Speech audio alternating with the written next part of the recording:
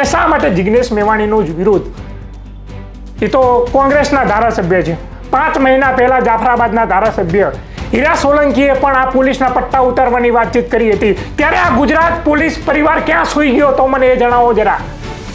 હા, ભાજપના ધારાસભ્ય હતા એટલે બીક લાગે, કારણ કે એના વિરોધમાં જાઓ તો અમારા બાપ, અમારા ભાઈ, અમારો દીકરો જે પોલીસમાં છે, અમારી દીકરી છે, એની નોકરી જાય, એવી બીક લાગે. પોલીસને તો એમ જલસા પડી ગયા. જો ને અમારા રાજ્યના ગૃહમંત્રી અમારું ઉપરાણું કેવું લે છે. હવે તો આપણને કોણ બોલનારું, કોણ કહેનારું? ભલે ને મેવાણી જે કરતા હોય, આપણે તો આંદોલન કરો, હાલો હાલો. ઘરે આવે ત્યારે તમે એને સવાલ કરો છો કે ભાઈ તમારા રાજની અંદર આ ગુજરાતમાં દારૂ વેચાઈ રહ્યા છે. હા બાપ, હે દીકરા, તું તો પોલીસ વાળો છે, કેમ દારૂ વેચાઈ રહ્યો છે? શું કરી રહ્યો છે પોલીસ સ્ટેશનમાં બેસીને? હા, મફતનો પગાર તો નહીં લેતો ને તું? કેમ દારૂ વેચાઈ રહ્યો છે? કેમ ડ્રગ્સ વેચાઈ રહ્યું છે? કેમ ગુજરાત નશાની અંદર બરબાદ થઈ રહ્યું છે? શું કરી રહ્યા છે પોલીસ સ્ટેશનમાં બેસીને? હે, આવો તમારા બાપને, તમારા દીકરાને, તમારી દીકરીને આવો સવાલ કરો છો તમે? હે, પોલીસ પરિવારના મિત્રો, એવું તો શું હતું કે તમારે જિગ્નેશ મેવાણીની વાત શાંતિથી ઢીલા મોઢે સાંભળવી પડી? પોલીસમાં એટલો પાવર નહોતો કે જિગ્નેશ મેવાણીને કહી શકે તમે ખોટા છો, અમારા વિસ્તારમાં નથી વેચાતું.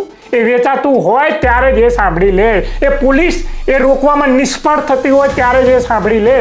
અને અમે એ પોલીસની આંખોમાં નરી આંખે જોયું છે. એ અપરાધ ભાવ હતો કે હા અમારી ભૂલ છે, એવો અપરાધ ભાવ. અને એટલા કારણે એમને ઢીલા મોઢે સાંભળી લીધું. બાકી કોના બાપની એટલી હિંમત છે કે કોઈ તમને વગર વાંકે આવીને ધમકાવી જાય? ભલે જનપ્રતિનિધિ પણ કેમ ના, આ તો વિપક્ષના હતા. હા, સત્તા પક્ષના હોય તો ધમકાવે અલગ વાત, તો વિપક્ષના હતા. આ કેવી રીતે ધમકાઈ જાય? આમની પાસે તો સત્તા પક્ષ જેટલો પાવર એ નથી, તેમ છતાંય ધમકાઈ ગયા. આપણા ઉપર સાક્ષાત ગુજરાત રાજ્યના ગૃહમંત્રી હર્ષ સંઘવીનો હાથ છે. આપણો તો વાળે વાંકો નથી થવાનો. આ ભાવ પોલીસની અંદર જન્મે છે. જ્યારે એક્શન લેવાની જગ્યાએ જ્યારે કોઈ દારૂ ડ્રગ્સને ઉજાગર કરતો હોય એની ઉપર પ્રહાર કરવાની કોશિશ થાય ત્યારે. અને હર્ષ સંઘવી પોલીસનું ઉપરાણું કેમ લે? કારણ કે હર્ષ સંઘવીજીને પણ ખબર છે કે અમે અમારા નામે મત માગીને નથી ચૂંટાતા. અમે તો ફરી પાછા ચૂંટાઈને આવી જશું. કેમ? કારણ કે ચૂંટણી સમયે તો મોદીજી અને શાહજીની લહેર હશે, એટલે હારોહાર આપણે ચૂંટાઈ જવાના છીએ. એટલે આપણી તો એ સરસ મજાની આપણી ખુરશી સલામત છે. કદાચ સંઘવીજી ગરીબ પરિવારમાં જન્મ્યા હોત, એમને નરી આંખે દારૂ, ડ્રગ્સ, ગાંજા જેવા દૂષણની અંદર પરિવારો બરબાદ થતા જોયા હોત, તો આજે જિગ્નેશ મેવાણી ઉપર વિરોધ કરવાની જગ્યાએ પોલીસ કર્મીઓને સસ્પેન્ડ કર્યા હોત કે જેના રાજમાં, જેના અધિકાર ક્ષેત્રમાં, જેના વિસ્તારમાં દારૂ, ડ્રગ્સ ને ગાંજો વેચાય છે. જનપ્રતિનિધિનો આ બાબુશાહી બ્યુરોક્રેસી ઉપર અંકુશ હોવો જોઈએ. આ હર્ષ સંઘવીને એટલી ખબર પડતી હોવી જોઈએ. ભલે ઓછું ભણેલા હોય પણ અક્ષર જ્ઞાન તો હોય ને. બંધારણ ખરેખર વાંચવું જોઈએ એમને.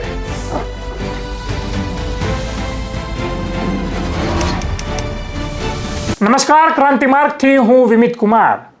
સાથીઓ, 2 દિવસ પહેલા જિગ્નેશ મેવાણી જે રીતે આક્રમક અંદાજની અંદર વાવ થરાદ પોલીસ અધિક્ષકની કચેરીએ પહોંચ્યા અને પોલીસનો ઉધડો લીધો, ત્યારબાદ હર્ષ સંઘવીએ એને આડકતરી રીતે જવાબ આપ્યો કે અમુક લોકો છે સોશિયલ મીડિયામાં ચમકવા માટે થઈને આ બધું કરી રહ્યા છે, પોલીસ કચેરીની અંદર જઈને હલ્લાબોલ કરી રહ્યા છે, પોલીસના પટ્ટા ઉતારવાની વાતચીત કરી રહ્યા છે.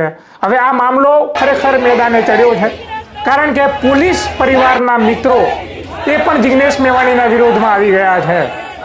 વાત કંઈ કેમ હતી કે જ્યારે ઉત્તર ગુજરાતની અંદર કોંગ્રેસની જન આક્રોશ યાત્રા ચાલતી હતી ત્યારે જિગ્નેશ મેવાણીને વાવ થરાદની મહિલાઓએ આવીને કહ્યું કે ભાઈ અમારા શિવનગર વિસ્તારમાં ડ્રગ્સ, દારૂ અને ગાંજો પુષ્કળ પ્રમાણમાં વેચાય છે. એના કારણે અમારા ઘરના પુરુષો એનું સેવન કરીને અમારી સાથે મારઝૂડ કરે છે, અમારી સાથે અત્યાચાર કરે છે, પોતે તો બરબાદ થાય છે, ગામ અને ઘરને પણ બરબાદ કરી દે છે આ લોકો એ દારૂના નશામાં. ત્યારે આ જિગ્નેશ મેવાણી એ વાવ થરાદ પોલીસ અધિક્ષકની કચેરીએ પહોંચ્યા અને પોલીસ સ્ટેશનમાં જઈને એ તમામ અધિકારીઓનો ઉધડો લીધો અને કહ્યું કે શા માટે આ તમારા વિસ્તારની અંદર દારૂ, ડ્રગ્સ ને ગાંજો વેચાઈ રહ્યો છે. સાથે સાથે પટ્ટા ઉતારવાની વાત પણ કરી દીધી. એ જનપ્રતિનિધિ હતા અને પોલીસ એ શાંતિથી ઢીલા મોઢે એ બધું સાંભળી લીધું. હવે પોલીસ પરિવાર જે અત્યારે જિગ્નેશ મેવાણીનો વિરોધ કરી રહ્યા છે, મારે એમને સવાલ છે કે તમે તો વિરોધ કરી રહ્યા છો, પણ તમારા જે બાપ હોય, તમારો દીકરો હોય કે તમારી દીકરી હોય, જે પોલીસ ની અંદર નોકરી લાગી હોય, એ લોકોએ કેમ જિગ્નેશ મેવાણીનો આ બધું તમે એને ખોટી રીતે કહો છો કે ભાઈ આ બધું અમારી વિરુદ્ધમાં બોલ્યા, તો આ શા માટે સાંભળી દીધું? એવું તો શું હતું કે તમારે એ જિગ્નેશ મેવાણીની વાત શાંતિથી ઢીલા મોઢે સાંભળવી પડી? પોલીસમાં એટલો પાવર નહોતો કે જિગ્નેશ મેવાણીને કહી શકે તમે ખોટા છો, અમારા વિસ્તારમાં નથી વેચાતું.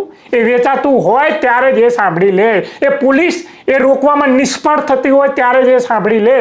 અને અમે એ પોલીસની આંખોમાં નરી આંખે જોયું છે, એ અપરાધ ભાવ હતો કે હા અમારી ભૂલ છે, એવો અપરાધ ભાવ. અને એટલા કારણે એમને ઢીલા મોઢે સાંભળી લીધું. બાકી કોના બાપની એટલી હિંમત છે કે કોઈ તમને વગર વાંકે આવીને ધમકાવી જાય? ભલે જનપ્રતિનિધિ પણ કેમ ના, આ તો વિપક્ષના હતા. હા, સત્તા પક્ષના હોય તો ધમકાવે અલગ વાત, તો વિપક્ષના હતા. આ કેવી રીતે ધમકાઈ જાય?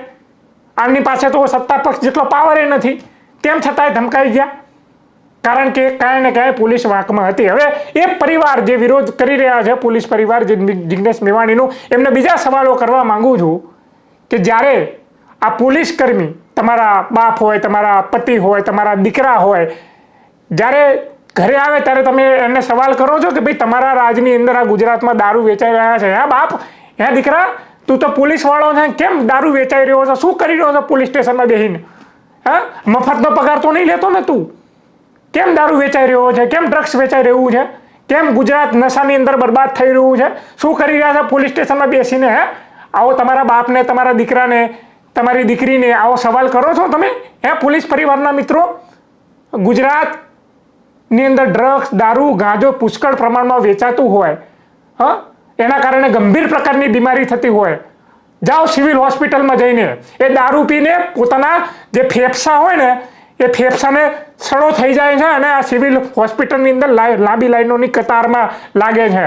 આ એ દારૂના દૂષણના કારણે. અને દૂષણને ફેલાવા કોને દીધું? કેમ? જેણે ન રોક્યું એને ફેલાવા દીધું. અને રોકવાની જવાબદારી કોની હોવી જોઈએ?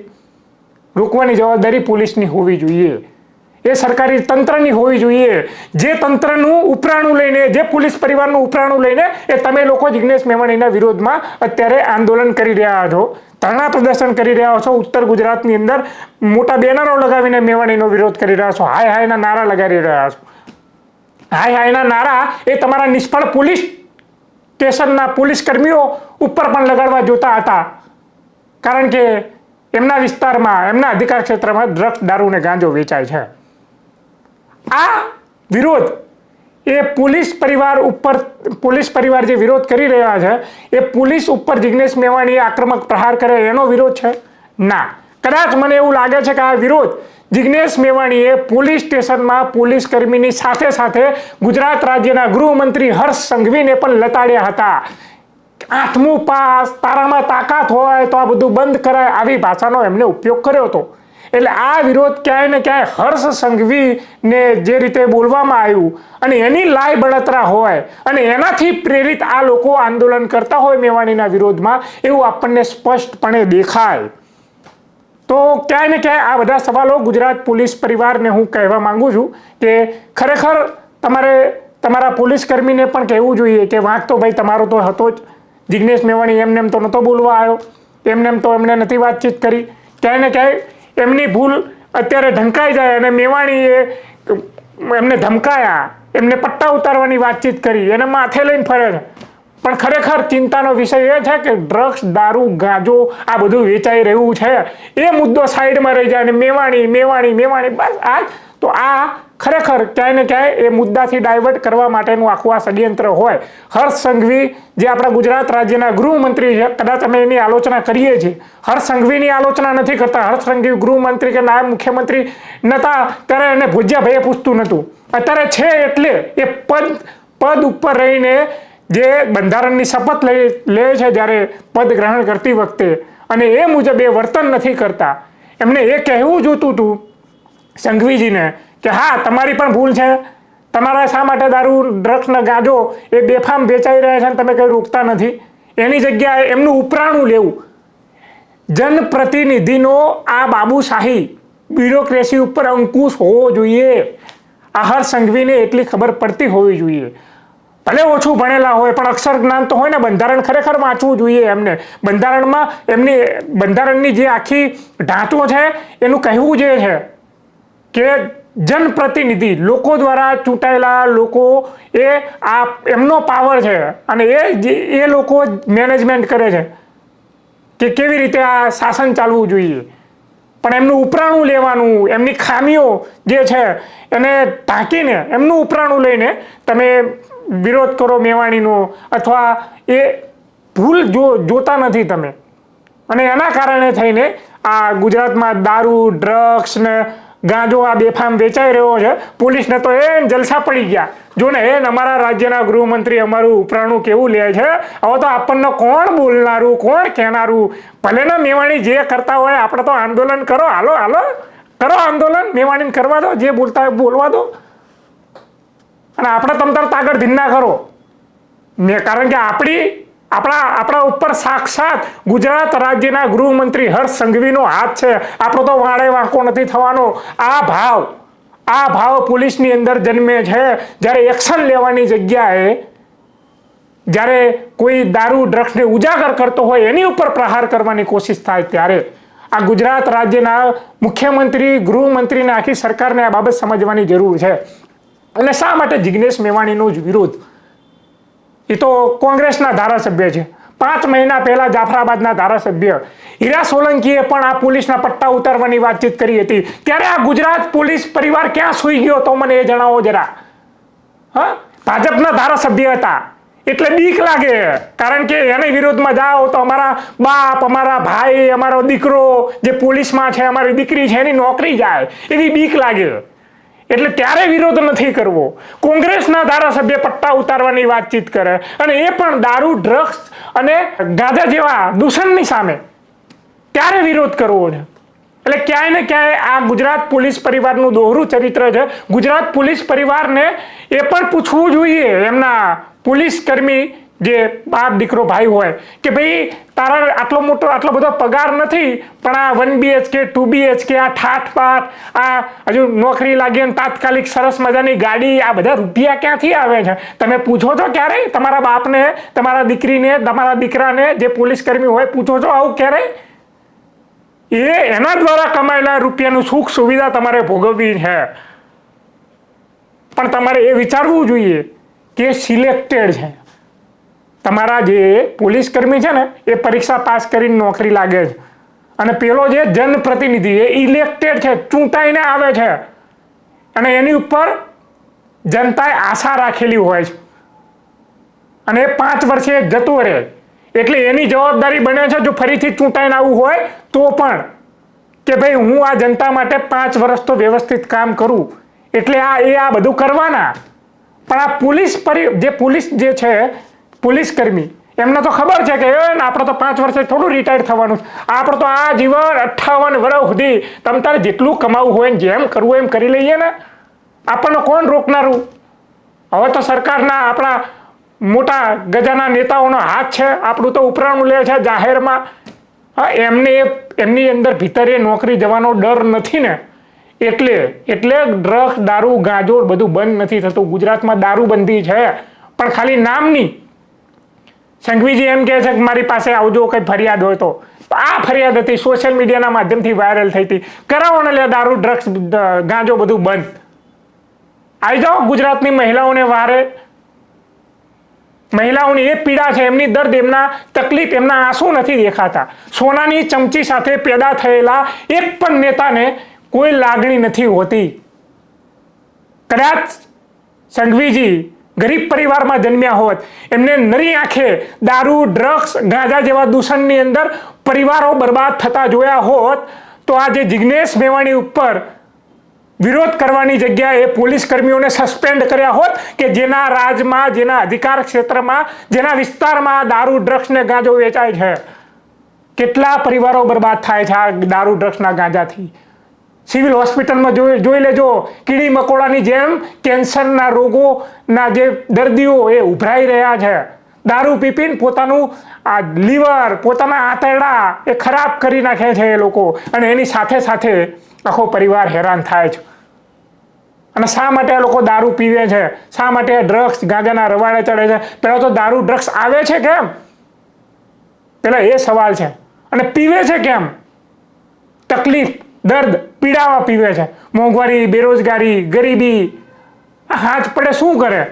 એટલે ના છૂટકે પૈસા ના હોય તો બૈરીને મારીને એની પાછે ઉઘરાઈને એની પાછે લઈને કોઈ મફત ગમે ત્યાંથી લઈને વ્યાજે લઈને આવી રીતે દારૂ પીવે. એટલે ક્યાંય ને ક્યાંય બધા ડોટ્સ એકબીજા સાથે કનેક્ટ છે. મોંઘવારી, ગરીબી, બેરોજગારી, દૂષણ, વ્યસન. ખરેખર આનો ગંભીરતાથી અભ્યાસ કરવો જોઈએ, પોતાના ગિરેબાનમાં ઝાંખીને જોવું જોઈએ. અને હર્ષ સંઘવી પોલીસનું ઉપરાણું કેમ લે છે?